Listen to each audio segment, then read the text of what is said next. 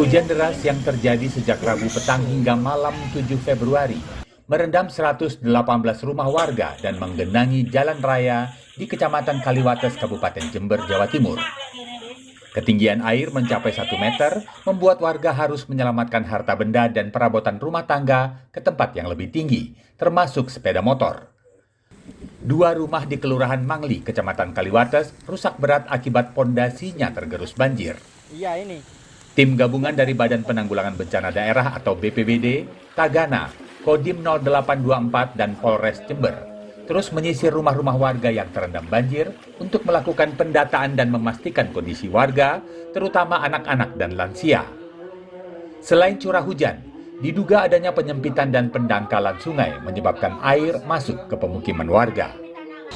Dan kita lihat tadi saluran air di sini mungkin tidak bisa menampung, baik lebar, dalamnya, kemudian di informasinya di menyempit juga di daerah setelah rel ya, selatan rel ini menyempit, ini kan menahan aliran.